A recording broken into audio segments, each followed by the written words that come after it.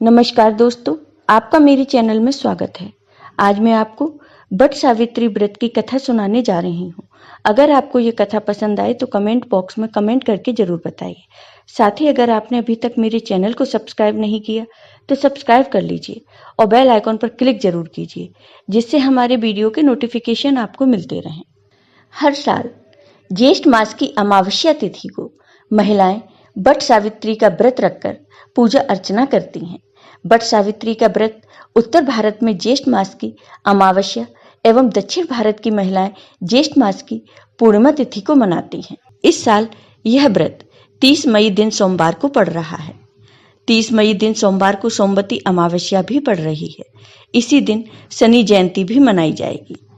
प्रातः काल से ही सर्वार्थ सिद्धि योग और सुकर्मा योग भी हैं। ऐसे शुभ संयोग में वट सावित्री का व्रत अत्यंत फलदायक सिद्ध होगा। पौराणिक कथा के अनुसार इस देवी सावित्री ने यमराज से अपने मरे हुए पति के प्राण पुनः वापस मांगकर उन्हें जीवित कर लिया था। तभी से विवाहित सुहागिन महिलाएं अपने पति की लंबी आयु की कामना से यह व्रत रखती हैं। इस कथा के विषय में कहा गया है कि यह कथा सौभाग्य प्रदान करने वाली है। इसलिए वट सावित्री व्रत के दिन वट वृक्ष के नीचे इस कथा का विस्तार पूर्वक पाठ करना चाहिए और सुहागिन महिलाओं को इस कथा को सुनना चाहिए। अब सुनिए ये कथा। भद्र देश के एक राजा थे जिनका नाम अश्वपति था। भद्र देश के राजा अश्वपति के कोई संतान नहीं थी। उन्होंने संतान की प्राप्ति के लिए मंत्रोच्चारण के साथ प्रतिदिन 1 लाख आहुतियां दी। 18 वर्षों तक यह क्रम ऐसे ही चलता रहा। इसके बाद सावित्री देवी ने प्रकट होकर वर दिया कि राजन, तुझे एक तेजस्वी कन्या पैदा होगी। सावित्री देवी की कृपा से जन्म लेने के कारण से कन्या का नाम सावित्री रखा गया।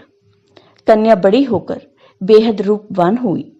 योग्य वर न मिलने की वजह से सावित्री के पिता बहुत दुखी थे। उन्होंने अपनी कन्या को स्वयं वर तलाशने के लिए भेज दिया। सावित्री तपोवन में भटकने लगी। वहां वन में साल्व देश के राजा धूम्रसेन रहते थे, क्योंकि उनका राज्य किसी ने छीन लिया था। उनके पुत्र सत्यवान को देखकर सावित्री ने पति के रूप में उनका वरण कर लिया। ऋषिराज नारद को जब यह बात पता चली तो वह राजा अश्वपति के पास पहुंचे और कहा कि हे राजन, यह क्या कर रहे हैं आप? सत्यवान गुणवान है, धर्मात्मा है और बलवान भी है, पर उसकी आयु बहुत छोटी है। वह अल्प आयु है। 1 वर्ष के बाद ही उसकी मृत्यु हो जाएगी। ऋषिराज नारद की बात सुनकर राजा अश्वपति घोर चिंता में डूब गए। सावित्री ने उनसे इस चिंता का कारण पूछा तो राजा ने कहा, पुत्री, तुमने जिस राजकुमार को अपने वर के रूप में चुना है वह अल्प आयु है। तुम्हें किसी और को अपना जीवन साथी बनाना चाहिए। इस पर सावित्री ने कहा कि पिताजी, आर्य कन्याएं अपने पति का एक बार ही वरण करती हैं। राजा एक बार ही आज्ञा देता है और पंडित एक बार ही प्रतिज्ञा करते हैं और कन्यादान भी एक ही बार किया जाता है। सावित्री हट करने लगी और बोली, मैं सत्यवान से ही विवाह करूंगी। राजा अश्वपति ने सावित्री का विवाह सत्यवान से कर दिया। सावित्री अपने ससुराल पहुंचते ही सास ससुर की सेवा करने लगी। समय बीतता चला गया। नारद मुनि ने सावित्री को पहले ही सत्यवान की मृत्यु के दिन के बारे में बता दिया था। वह दिन जैसे जैसे करीब आने लगा, सावित्री अधीर होने लगी। उन्होंने 3 दिन पहले से ही उपवास शुरू कर दिया। नारद मुनि द्वारा कथित निश्चित तिथि पर पितरों का पूजन किया। हर दिन की तरह सत्यवान उस दिन भी लकड़ी काटने जंगल चले गए। साथ में सावित्री भी गई। जंगल में पहुंचकर सत्यवान लकड़ी काटने के लिए एक पेड़ पर चढ़ गए। तभी उसके सिर में तेज दर्द होने लगा। दर्द से व्याकुल सत्यवान पेड़ के नीचे उतर गए। सावित्री अपना भविष्य समझ गई। सत्यवान के सिर को गोद में रखकर सावित्री सत्यवान का सिर सहलाने लगी। तभी वहां यमराज आते दिखे। यमराज अपने साथ सत्यवान को ले जाने लगे। सावित्री भी उनके पीछे पीछे चल पड़ी। यमराज ने सावित्री को समझाने की कोशिश की कि यही विधि का विधान है, लेकिन सावित्री नहीं मानी। सावित्री की निष्ठा और पतिपरायणता को देखकर यमराज ने सावित्री से कहा, हे देवी, तुम धन्य हो, तुम मुझसे कोई भी वरदान मांगो। सावित्री ने कहा कि मेरे सास ससुर वनवासी और अंधे हैं, उन्हें आप दिव्य ज्योति प्रदान करें।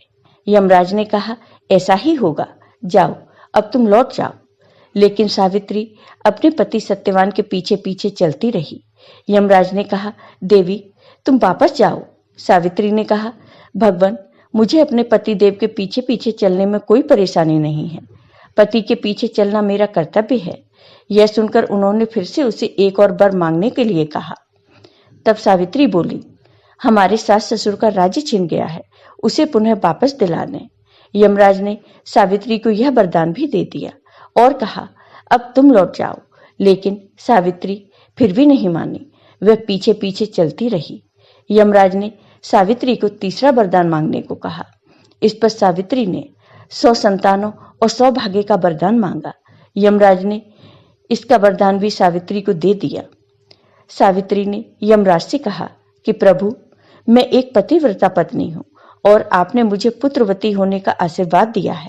यह सुनकर यमराज को सत्यवान के प्राण छोड़ने पड़े। यमराज अंतर्ध्यान हो गए और सावित्री उसी बट वृक्ष के पास आ गई जहां उसके पति का मृत शरीर पड़ा था। सत्यवान जीवित हो गया और दोनों खुशी खुशी अपने राज्य की ओर चल पड़े। दोनों जब घर पहुंचे तो देखा कि माता पिता को दिव्य ज्योति प्राप्त हो गई है। इस प्रकार सावित्री सत्यवान चिरकाल तक राज्य सुख भोगते रहे। अतः पतिव्रता सावित्री के अनुरूप ही प्रथम अपने सास ससुर का उचित पूजन करने के साथ ही अन्य विधियों को प्रारंभ करें। बट सावित्री व्रत करने और इस कथा को सुनने से उपवासक के वैवाहिक जीवन या जीवन साथी की आयु पर किसी प्रकार का कोई संकट आया भी हो तो वो टल जाता है। बट सावित्री व्रत की पूजा विधि। यदि आप पहली बार बट सावित्री व्रत रखने जा रहे हैं तो सबसे पहले स्नान के बाद लाल रंग की साड़ी पहने और श्रृंगार आदि करें। इसके बाद पूजा घर और बट वृक्ष के नीचे पूजा स्थान की साफ सफाई करें। फिर उसे गंगाजल छिड़क कर पवित्र कर लें। 2 बांस वाली टोकरी लेकर एक में सप्त धान्य भर लें और उसमें ब्रह्मा जी की मूर्ति को स्थापित कर लें। दूसरी टोकरी में भी सप्त धान्य भरकर सावित्री और सत्यवान की मूर्ति स्थापित करें और इस टोकरी को पहली टोकरी के बाएं रखें। इसके बाद इन दोनों टोकरी को बट वृक्ष के नीचे ले जाकर स्थापित कर दें। अब विधि विधान से पूजा करें और पूजा के समय बट वृक्ष की जड़ को जल अर्पित करें। बट सावित्री व्रत की पूजा बरगद के पेड़ के पास ही की जाती है। जो महिलाएं पहली बार बट सावित्री व्रत रख रही हैं, उन्हें कपड़े से बना दूल्हा दुल्हन का जोड़ा रखकर पूजा करना चाहिए। कपड़े का जोड़ा उपलब्ध न हो तो मिट्टी से बनी दूल्हा दुल्हन का इस्तेमाल भी आप कर सकते हैं। सबसे पहले बरगद के पेड़ के नीचे सावित्री और सत्यवान की तस्वीर रख लें और रोली, भीगे चने, अक्षत, कलावा, फूल, फल, सुपारी, पान, मिष्ठान और बाकी चीजें अर्पित करें। इसके बाद बांस के पंखे से हवा करें। इसके बाद बट वृक्ष की परिक्रमा करें। इसके लिए कच्चा धागा लेकर वृक्ष के 5 से 7 बार परिक्रमा कर सकते हैं। फिर वहीं वृक्ष के नीचे बैठकर सावित्री सत्यवान की कथा सुने। फिर अपने पति की लंबी आयु के लिए कामना करें। बट वृक्ष के पत्तों की माला बनाकर पहने। इसके बाद चने के प्रसाद दूसरों को दें। वहीं चने का बयाना और कुछ पैसे अपनी सास को देकर उनसे आशीर्वाद प्राप्त करें। इसके अलावा फल, अनाज, कपड़ा आदि एक टोकरी में रखकर किसी ब्राह्मण को दान करें। मान्यता है कि इस व्रत का पारण 11 भीगे हुए चने खाकर किया जाता है। बट सावित्री व्रत का महत्व।